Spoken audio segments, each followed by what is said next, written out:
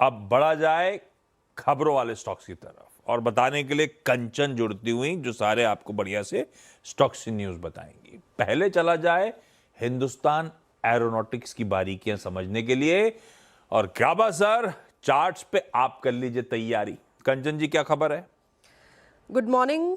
Indian air force से करीबन 26,000 करोड़ का ऑर्डर मिला है, जो कि है SU-30 MKI विमान के लिए, जो कि ऑर्डर है 240 एरो इंजन खरीदने का। 1 साल के बाद एरो इंजन का सप्लाई शुरू करेगी कंपनी और 8 साल में HAL को ऑर्डर कंप्लीट करना होगा। चलिए भाई, कल कैबिनेट कमेटी ऑन सिक्योरिटी ने दरअसल देर शाम को मंजूरी दे दी है। 26,000 करोड़ रुपए, 3 बिलियन के ऑर्डर्स। और ये जो कंचन ने बताया आपको 240 इंजन्स, ये अपने आप में पहली बार इंजन बनाने जा रही है इसके, सुखोई के।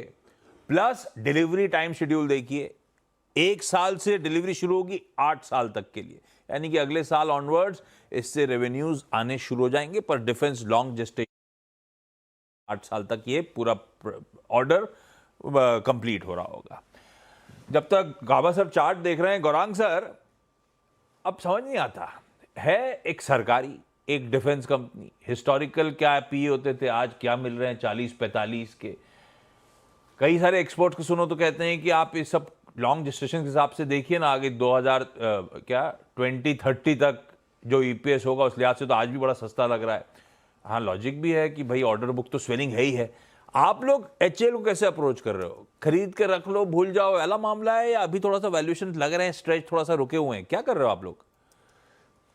ये मौके की पहचान हमने तब की थी जब IPO पर हमने निवेश लायक रणनीति बनाई थी और IPO नोट द्वारा निवेश की राजनीति थी। और IPO का स्तर हमें सबको पता है, वहां पर जाने की अभी तो जरूरत नहीं है। लेकिन ये जो ऑर्डर की चर्चा अभी आपके सहयोगी कर रहे थे, मैं यही बात को लेकर के रक्षा क्षेत्र पर बहुत ही सकारात्मक सा रुझान लेकर के चल रहा हूं। और ये तो मात्र एक शुरुआत है आशीष भाई।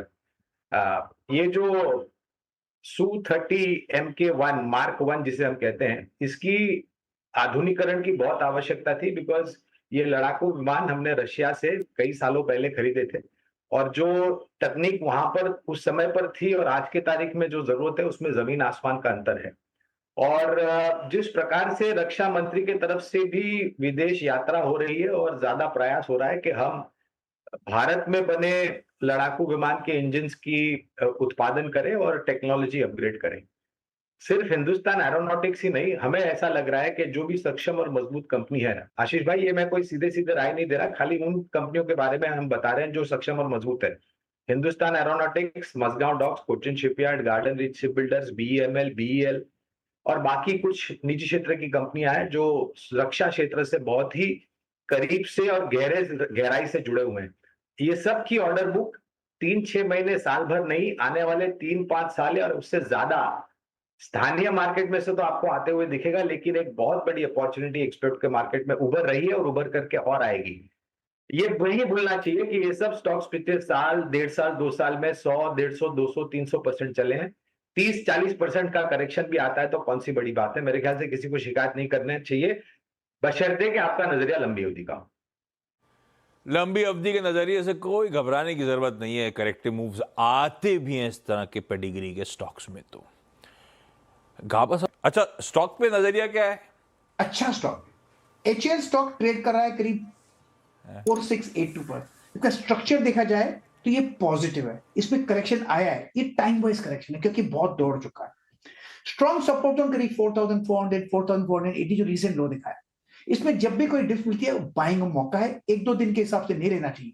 अगर आपको सेफ्टी चाहिए, सेफ तो है ही स्टॉक है, 5,000 के बाद ट्रेडिंग पॉइंट ऑफ व्यू ले सकते हैं 5,000 के ऊपर, लेकिन ये मेरे ख्याल से buy on dip stock and buy and hold stock है। ट्रेडिंग को छोड़ दीजिए, अब वो मौका चला गया, लेकिन ये buy and hold stock HAL।